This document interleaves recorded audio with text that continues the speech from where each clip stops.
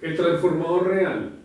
Ya en el real, a diferencia del ideal, donde no consideramos el flujo disperso y tampoco consideramos la resistencia a los devanados, ya aquí en el transformador real, si vamos a considerar, primero, consideramos que todo el flujo magnético no circula por el núcleo, es decir, hay una parte de ese flujo magnético que va a circular por el aire, circula por el aire y entonces ese es el que se llama flujo de dispersión. ¿Qué ocurre con ese flujo disperso? Pues ocurre de que si hay un flujo de dispersión implica que tenemos un coeficiente de autoinducción y como este flujo que tenemos acá varía en el tiempo, es sinusoidal, entonces tenemos que ese coeficiente de autoinducción es igual a ¿qué? Al cambio en el tiempo del flujo, es decir, al de phi de t. Tenemos un cambio en el flujo con respecto al tiempo y ese es el coeficiente de inducción. Ahora, si tenemos un coeficiente L en henrios de autoinducción, ¿qué sobreviene? Pues tenemos una reactancia, una X1 para el devanado primario y lo propio, una X2 para el devanado secundario. Entonces vemos como este efecto de que el flujo circule, que hay una pérdida de flujo por el aire, lo representamos entonces con una reactancia de dispersión, una X1 para el bobinado primario y una X2 para el bobinado secundario. ¿Y de qué depende esa reactancia?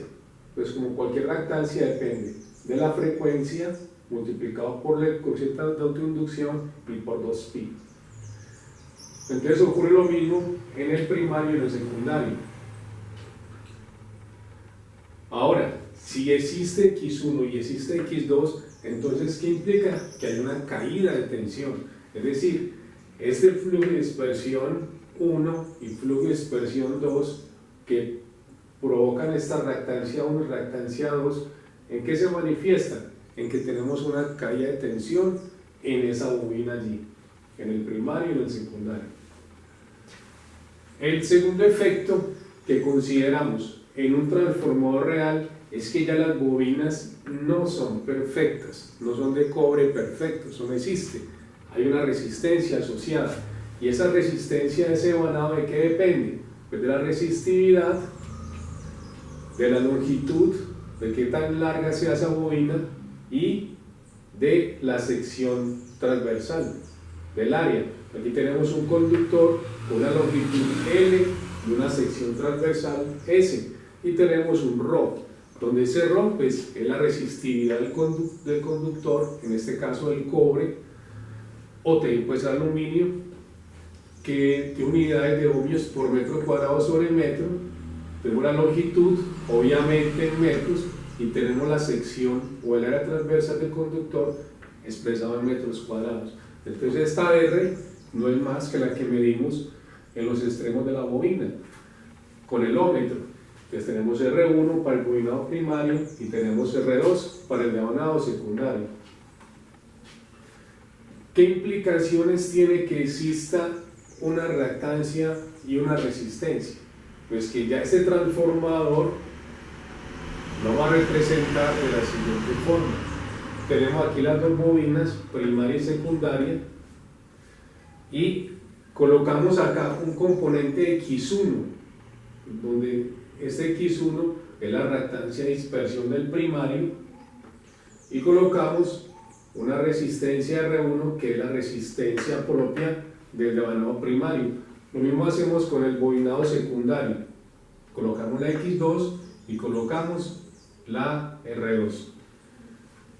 Y entonces esta bobina que tenemos aquí adentro, ¿cuál es? Pues esta está implicando, está representando el efecto magnético, el efecto inductor. Está el efecto inductor y aquí el efecto inducido.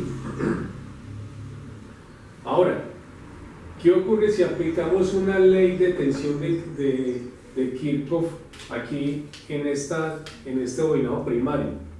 Si aplicamos una ley de voltaje de Kirchhoff en el bobinado primario, pues nosotros aquí tenemos B1 que es la fuente de tensión y tenemos E1 que es la FEN, la fuerza electromotriz inducida internamente en esta bobina, mientras que B1 es la fuente de tensión que aplicamos. Igual tenemos en el secundario, tenemos una E2 que es la fuerza electromotriz, la FEM, inducida por el flujo magnético que viaja por este núcleo. Y tenemos en bornes de la máquina una tensión B2, en bornes del transformador. Recordemos que esta R2 es la resistencia a la bobina y esta X2 es el efecto de la reactancia de dispersión. Entonces, aplicando la ley de voltaje de Kirchhoff en el primario y el secundario, ¿qué nos quedaría? Nos quedaría acá en el primario, que tendríamos B1, ¿a qué es igual B1? B1 va a ser igual a esta FEM que tenemos aquí, más lo que se me cae en tensión en R1 y en X1. Luego entonces, esta B1 es igual a E1 más I1 por R1 más I1 por la reactancia X1. ¿Qué ocurre en el secundario? Pues lo mismo. Y aquí tendríamos, si planteamos la ley de voltaje de Kirchhoff, aquí tenemos que el voltaje mayor sería E2, porque esto es una salida de tensión. Sale E2 y a este E2 le restamos lo que se cae en X2 y lo que se cae en R2 y me queda la tensión B2. Luego me cae que B2 es igual a E2, a la FEM 2, menos I2 multiplicado por la reactancia X2 menos I2 multiplicado por la resistencia R2. Entonces aquí tenemos las dos ecuaciones aplicando la ley de voltaje de Kirchhoff. Esto es con carga. Ahora, ¿qué ocurre si la colocamos en vacío? Recuerde que vacío es sin carga. Supóngase que en vacío pues retiramos aquí, abrimos la carga, entonces me queda I2 igual a 0 porque está aquí la carga desconectada. Entonces, ¿qué me quedaría en vacío? ¿Cómo me queda B1? Pues B1 me queda E1, la ecuación me queda E1 más, ya esta I1 no va a ser I1, va a ser una corriente de vacío, o sea, mucho más pequeña, por R1 más y 0 por X1. ¿Qué ocurre? Que I0 es demasiado pequeña comparada con I1. Esta I1 tranquila, I0 es muy pequeña, puede ser 5%, 6%, 7%, 8% de la I1. O sea, es muy pequeña, no alcanza a ser el 10% de la I1. Luego entonces decimos que I0 es muy pequeña comparado con I1. Entonces podemos decir de que la tensión B1 es aproximadamente igual a E1. Este símbolo es el símbolo de aproximación, entonces decimos que en vacío B1 es aproximadamente igual a la FEM 1. ¿Qué ocurre en el secundario? Pues en vacío, pues que al haber I2 igual a 0, pues no hay ninguna caída de tensión ni en la reactancia ni en R2. O sea, aquí en este secundario sí me queda que B2 es igual a E2. Entonces tenemos que la FEM es exactamente igual a la tensión de salida cuando la máquina está en vacío. Entonces se cumple para el bobinado secundario. Ahora, tenemos una tercera implicación acá, y es ¿qué ocurre con la relación de tensión y de corriente? Habíamos visto cómo en el transformador ideal hicimos la deducción y decíamos que la FEM 1 dividido la FEM 2 era igual al número de espiral del primario sobre el número de espiral del secundario, y esto se llamó la M, una constante de transformación. ¿Qué podemos decir? En este caso, vamos a asumir de que esto, E1 sobre E2, es aproximadamente igual a B1 sobre B2, tanto en vacío como con carga. Estamos asumiendo de que la FEM, esta E1 es aproximadamente igual a B1 y que esta FEM 2 es aproximadamente igual a B2. Es decir, que la constante de transformación que ya habíamos trabajado se cumple. B1 sobre B2 igual a M, que esto es lo que verificamos desde la placa de características de un transformador con las dos tensiones que nos dan allí. Con eso elaboramos o calculamos la constante de transformación. Desde el punto de vista de corriente, hemos dicho de que la corriente primaria I1 era igual a ¿qué?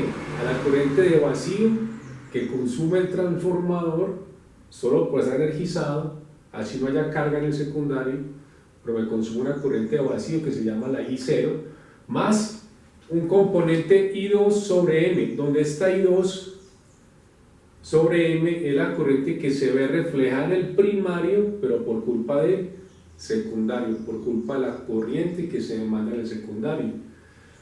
Entonces, si hacemos la misma comparación, la misma aproximación de que I0 es demasiado pequeño comparado con I1, pero va a quedar entonces que simplemente si este I0 vale 0, me queda que I1 es igual a la corriente primaria, va a ser solamente igual a la componente secundaria dividido la constante de transformación.